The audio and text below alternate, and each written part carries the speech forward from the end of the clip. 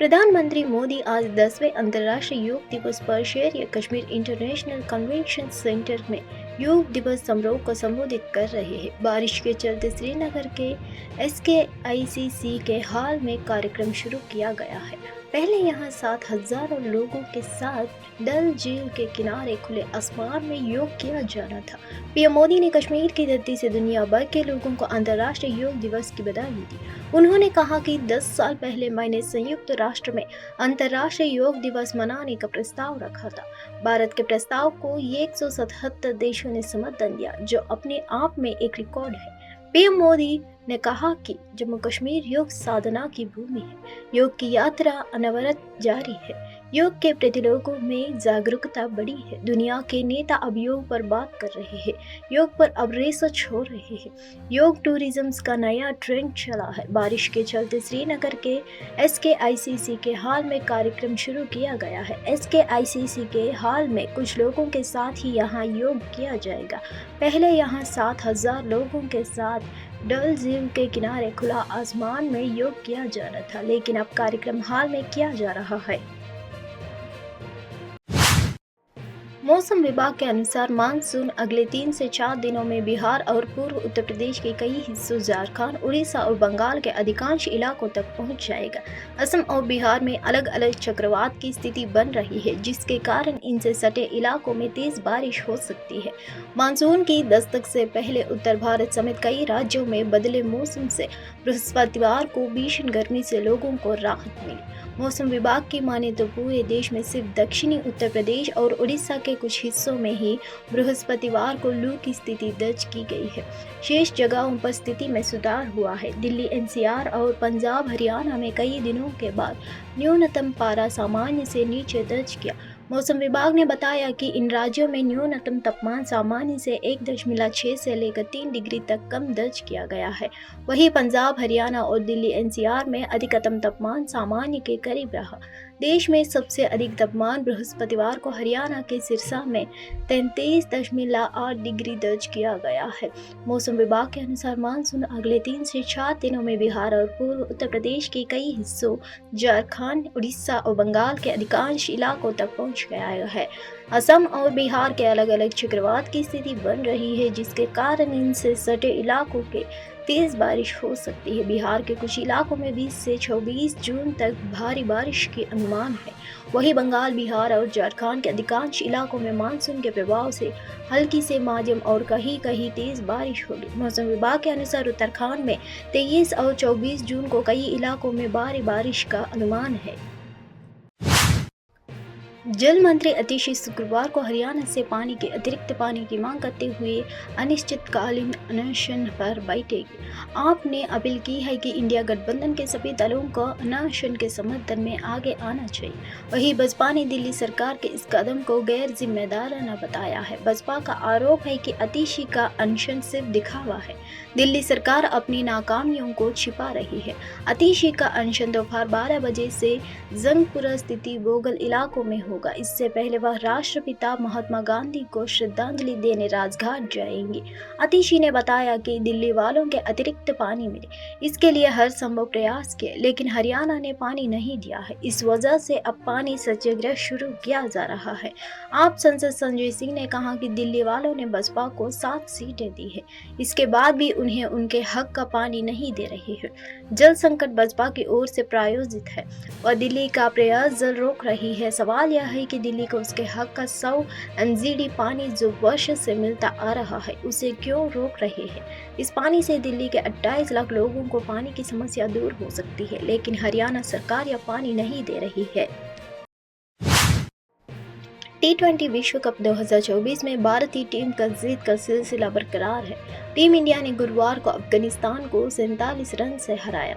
Team India की यह इस संस्करण में चौथी जीत रही। गुरुवार को भारत 181 रन के जवाब में अफगानिस्तान की पारी 134 रन पर सिमट गई थी।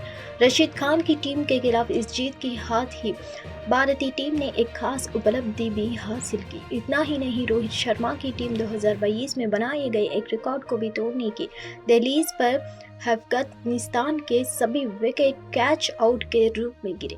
यह टी20 विश्व कप में सिर्फ दूसरी बार है जब किसी टीम के 10 विकेट कैच आउट के रूप में गिरे हो।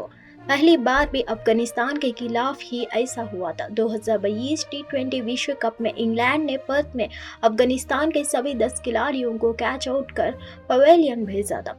अब भारत इंग्लैंड के बाद ऐसा करने वाली दूसरी टीम है। ब्रिजटाउन में भारतीय गेंदबाजों का अफगानिस्तान के बल्लेबाजों के पास कोई तोड़ नहीं था। दक्षिण कोरिया के राष्ट्रपति कार्यालय ने रूस और उत्तर कोरिया के बीच हुए उस समझौते की कड़ी निंदा की जिसमें जंग की स्थिति में आपसी रक्षा सहयोग की बात कही गई है। राष्ट्रपति कार्यकाल के एक वरिष्ठ अधिकारी ने बृहस्पतिवार को यह टिप्पणी की। इससे पहले राष्ट्रपति कार्यालय ने बुधवार को प्योंगयांग में अपने शिखर सम्मेलन के रूस के राष्ट्रपति व्लादिमीर पुतिन और उत्तर कोरिया के नेता किम जोंग उन के बीच हुए समझौता की निंदा करते हुए एक बयान भी जारी किया था। समझौता दक्षिण कोरिया की सुरक्षा के लिए खतरा। दक्षिण कोरिया के राष्ट्रपति यू सुक एवोल के कार्यालय ने बयान में कहा कि यह समझौता दक्षिण कोरिया की सुरक्षा के लिए खतरा और संयुक्त राष्ट्र सुरक्षा परिषद के प्रस्तावों का उल्लंघन है। इसका रूस दक्षिण कोरिया संबंधों पर नकारात्मक प्रभाव पड़ेगा। राष्ट्रपति कार्यालय के अधिकारियों ने नाम नहीं बताने की शर्त पर कहा कि दक्षिण कोरिया इसके जवाब में यूक्रेन की रूसी हमले से लड़ने में मदद के लिए हथियार मुहैया कराने के मुद्दे पर पूर्व विचार करेगा। दक्षिण कोरिया ने की है यूक्रेन की मदद। दक्षिण कोरिया ने रूस के खिलाफ जंग लड़ रहे यूक्रेन को मानवीय और अन्य सहायता प्रदान की है, लेकिन उसने अपनी पुरानी नीति का हवाला देते हुए यूक्रेन को सीधे हथियार नहीं दिए हैं। राष्ट्रपति कार्यालय ने कहा, यह बेतुका है कि युद्ध शुरू करने वाले दो पक्ष, कोरियाई युद्ध और यूक्रेन युद्ध, अब अंतर्राष्ट्रीय समुदाय द्वारा हमले की आशंका के आधार पर आपसी सैन्य सहयोग का संकल्प ले रहे हैं, जो कभी नहीं होगा। नीट पेपर लीक मामले में लगातार नई जानकारियां सामने आ रही है। साथ ही पुलिस द्वारा लोगों की गिरफ्तारी भी की जा रही है। इसी कड़ी में इस बार नीट का पेपर देने वाला छात्र अनुराग कुमार को पुलिस ने गिरफ्तार कर लिया है। अनुराग मूल रूप से बिहार के समस्तीपुर के हसमपुर थाना क्षेत्र के परिदाह गांव का रहने वाला है। उसके पिता का नाम संजीव कुमार है। इस मामले में कई और छात्रों के लिए गिरफ्तारी हुई है। साथ ही इस प्रकरण से जुड़े मामले को लेकर पूरे देश में पुलिस के द्वारा छापेमारी की जा रही है। समस्तीपुर के रहने वाले अनुराग की गिरफ्तारी के बाद जब न्यूज़ 18 की टीम गांव में पहुंचकर लोगों से इस मामले पर उनकी राय जाननी चाहिए तो इस प्रश्न पत्र लीक मामले पर उनके द्वारा भी सवाल खड़ा किया गया और अनुराग के साथ खेलने वाले उसके दोस्तों ने भी इस पूरे प्रकरण पर सवाल खड़ा किया। हमें अखबार और टीवी से पता चला, ग्रामीण दिनेश ने कहा, हम लोग अखबार में पढ़ते हैं, उससे जानते हैं, लेकिन हम लोगों को पूरा पता नहीं है कि कहाँ क्या होता। ऐसे है 40 लाख। हालांकि ऑन कैमरा उन्होंने ज़्यादा बातचीत नहीं की और इस मामले में बोलने से गुरेज किया। वही खुशो यादव से जब इस मामले पर सवाल किया गया है तो उन्होंने कहा, अरे गांव में जो हुआ, हम लोगों तो खाली अखबार टीवी में जो बोलते हैं वही सुनते हैं। हम लोगों तो अनपढ़ आदमी है, जो पढ़ लिखा है वो ना समझेंगे कि नीट बोलते हैं कि फीट बोलते हैं। गरीब का बच्चा कलेक्टर नहीं बनते, DIG नहीं बनते और डॉक्टर नहीं बनते। दक्षिण कोरिया से लगती अपनी सीमा के करीब कई जगहों पर उत्तर कोरिया दीवार जैसी दिखने वाली बाढ़ का निर्माण कर रहा है। इस जानकारी सैटेलाइट तस्वीरों के जरिए सामने आई है। BBC वेरीफाई ने सैटेलाइट तस्वीरों से यह पता लगाया है कि असैन्य क्षेत्र के अंदर की जमीन को खाली कर लिया गया है। इसे लेकर जानकारों का मानना है कि यह दक्षिण कोरिया के साथ लंबे समय से चले आ रहे युद्ध विराम समझौता का उल्लंघन हो सकता है। डिमिलिटराइज जोन यानी असैन्य क्षेत्र उत्तर कोरिया और दक्षिण कोरिया के बीच 4 किलोमीटर चौड़ा बफर जोन है।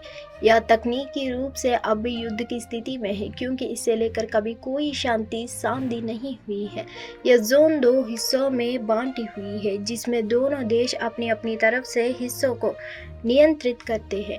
इस हालिया बदलाव को जानकार असामान्य बता रहे हैं। जानकारी ऐसे समय पर सामने आ रही है जब दोनों देशों के बीच तनाव बढ़ रहा है। दक्षिण कोरिया की राजधानी सोल के रहने वाले NK न्यूज़ के संवाददाता श्रेयस रेड्डी कहते हैं, इस समय हम सिर्फ अनुमान लगा सकते हैं कि उत्तर कोरिया सीमा पर अपनी सैन्य उपस्थिति और किलेबंदी को मजबूत करना चाहता है। नीट पेपर लीक मामले में तेजस्वी यादव के प्राइवेट सेक्रेटरी प्रीतम कुमार से पूछताछ होगी। आर्थिक अपराध इकाई उसे तलब करने की तैयारियां कर रही है।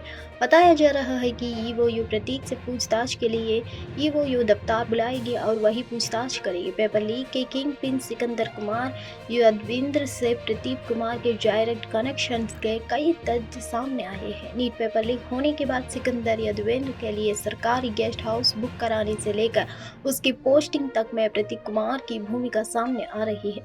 लिहाजा ईओयू उसे तलब कर पूछताछ करने की तैयारी में है। पेपर लीक मामले में बिहार के उप मुख्यमंत्री विजय सिन्हा ने भी कई तथ्य सामने रखते हुए सिकंदर के लालू से भी डायरेक्ट कनेक्शन की बात कही है। यह खबर अभी अभी ब्रेक हुई है। इस खबर को हम अपडेट कर रहे हैं। हमारी कोशिश है कि आपके पास सबसे पहले जानकारी पहुंचे, इसलिए आपसे अनुरोध है कि सभी बड़े अपडेट्स जानने के लिए इस पेज की रिफ्रेश कर लें। साथ ही हमारी अन्य स्टोरी पढ़ने के लिए यहाँ आई। दिल्ली एनसीआर में छुपती जल्दी और उसम भारी गर्मी के बीच अब बुधवार रात को बारिश हुई तो लगने लगा कि अब मानसून की दस्तक दे दी। अगले दिन यानी गुरुवार को तापमान में गिरावट आई और हल्की बूंदाबांदी हुई। मौसम विभाग ने अनुमान लगाया था कि पूरा दिन बारिश होगी, लेकिन ऐसा हुआ नहीं।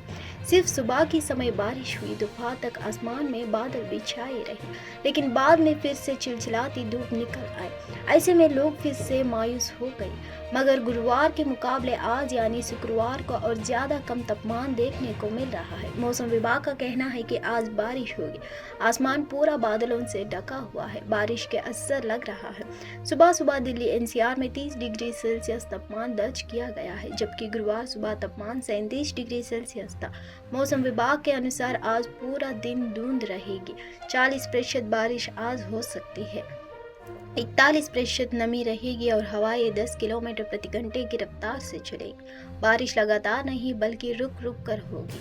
पहाड़ी क्षेत्रों की बात करें तो हिमाचल प्रदेश और उत्तराखंड के कई इलाकों में आज जमजम बारिश होगी। हिमाचल में कई जगह 17 डिग्री से कम तापमान रहेगा। भारी गर्जना के साथ बादल बरसेगा। उत्तराखंड में भी कुछ ऐसा ही हाल रहेगा। राजस्थान के कुछ इलाकों में बारिश होगी। पंजाब हरियाणा में बारिश तो नहीं होगी, लेकिन पूरा दिन यहाँ बादल जरूर छाए रहेगा। पश्चिम यूपी से लेकर मध्य उत्तर प्रदेश के कई इलाकों में छिटपुट बारिश हो सकती है। राउज एवेन्यू कोर्ट से जमानत मिलने के अगले दिन यानी शुक्रवार को अब दिल्ली के मुख्यमंत्री अरविंद केजरीवाल को जेल से घर लाने की तैयारी है। अरविंद केजरीवाल की पत्नी सुनीता केजरीवाल आज सबसे पहले अपने आवास से जल मंत्री अतिशी के साथ सुबह करीब 10:45 राजघाट जाएगी। इस दौरान पार्टी के दूसरे नेता भी मौजूद रहेंगे। इसके बाद सुनीता केजरीवाल पानी को लेकर अनशन कर रही मंत्री अतिशी के साथ अनशन स्थल पर जाएंगी।